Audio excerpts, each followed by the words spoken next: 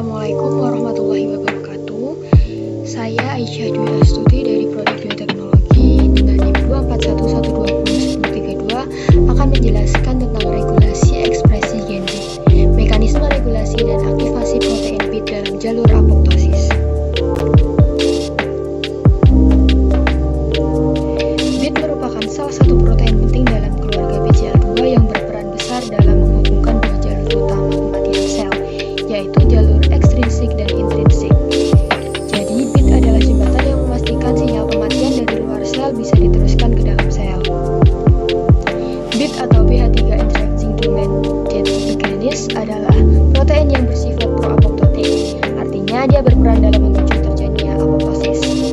Protein ini berasal dari keluarga besar BCL2, di mana keluarga ini memiliki dua jenis anggota yang bersifat anti-apoptotik seperti BCL2 dan BCL-XL, serta yang pro-apoptotik seperti BAC dan BID.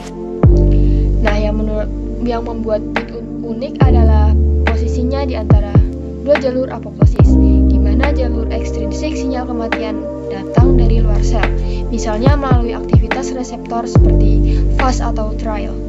Sedangkan dalam jalur intrinsik sinyal berasal dari dalam sel, seperti stres DNA atau kerusakan organel. Bit inilah yang menjadi penghubung dua jalur tersebut. Ketika menerima sinyal dari luar, bit akan mengaktifkan proses di dalam mitokondria sehingga sel benar-benar masuk ke tahap kematian terprogram.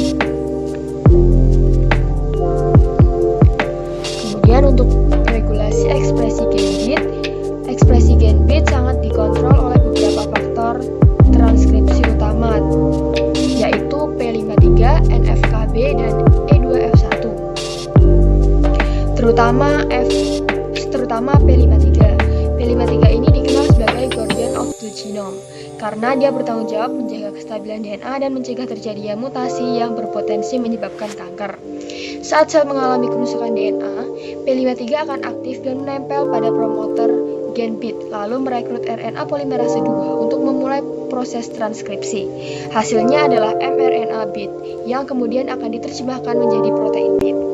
Selain P53, ada juga faktor NF-kB dan E2F1 yang dapat mempengaruhi ekspresi bit. NF-kB biasanya aktif saat terjadi stres oksidatif atau respon imun, sementara E2F1 berperan dalam kontrol siklus sel. Jadi dari tahap ini bisa dilihat bahwa ekspresi bit sangat sensitif terhadap kondisi sel. Dia hanya akan diekspresikan ketika memang dibutuhkan, misalnya saat kerusakan DNA atau sinyal stres yang kuat.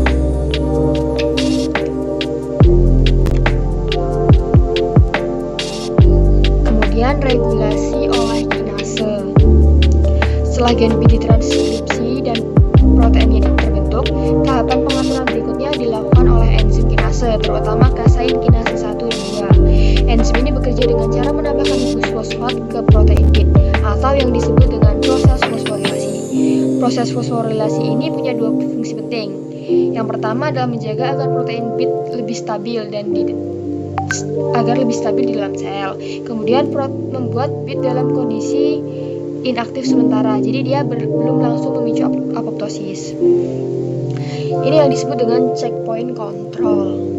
Dengan adanya tahap ini, sel tidak langsung mati begitu saja meskipun protein bit sudah terbentuk. Mekanisme ini mencegah apoptosis terjadi secara spontan dan memastikan prosesnya tetap teratur. CK1 dan CK2 punya peran yang sedikit berbeda. CK1 lebih dominan terhadap menjaga kestabilan bit, sedangkan untuk CK2 mengatur waktu aktivasi apoptosis. Jadi kinase itu berfungsi sebagai tombol seperti pause pada mekanisme kematian sel. Kemudian adalah aktivasi oleh caspase. Ketika sinyal kematian akhirnya datang, enzim caspase 8 berperan sebagai pemicu utama. Caspase 8 akan memotong bit menjadi bentuk aktifnya yang disebut dengan T-bit atau truncate bit. T-bit inilah yang kemudian bergerak menuju ke mitokondria, tempat di mana jalur intrinsik apoptosis berlangsung. Dari mitokondria ini, T-bit akan menyebabkan pelepasan sitokrom C ke sitoplasma. Sitokrom C yang keluar ini akan mengaktifkan caspase 9 lalu diikuti dengan caspase reaksi berantai ini akhirnya mengeksekusi kematian sel dan dengan cara yang sangat teratur, sehingga sel terurai dari dalam tanpa menyebabkan peradangan. Nah, mekanisme ini tuh penting banget untuk menjaga keseimbangan jaringan tubuh, misalnya saat pembentukan jaringan embrio atau pembuangan sel yang rusak. Kemudian untuk jalur mekanisme secara lengkapnya itu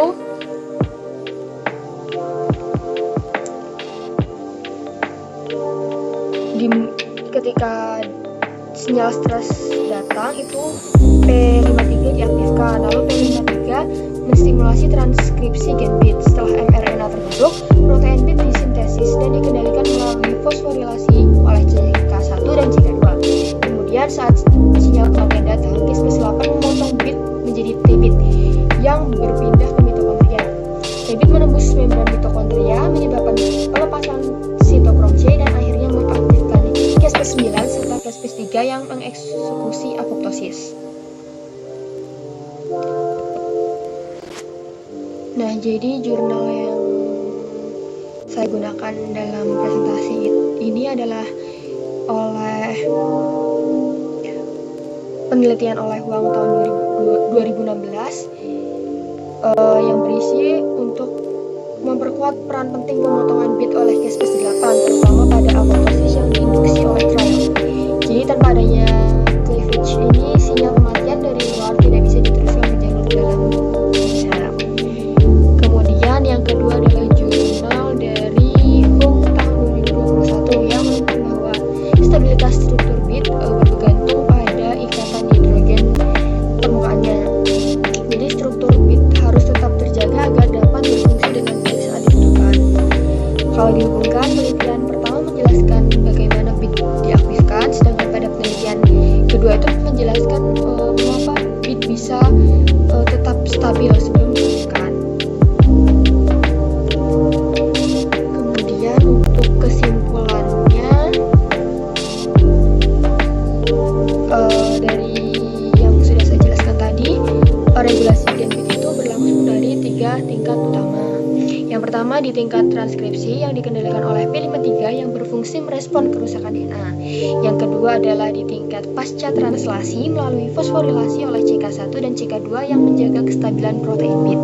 Dan yang ketiga adalah di tingkat aktivasi enzimatik, di mana Cas9 memotong bit menjadi T-bit yang akhirnya mengeksekusi apoptosis.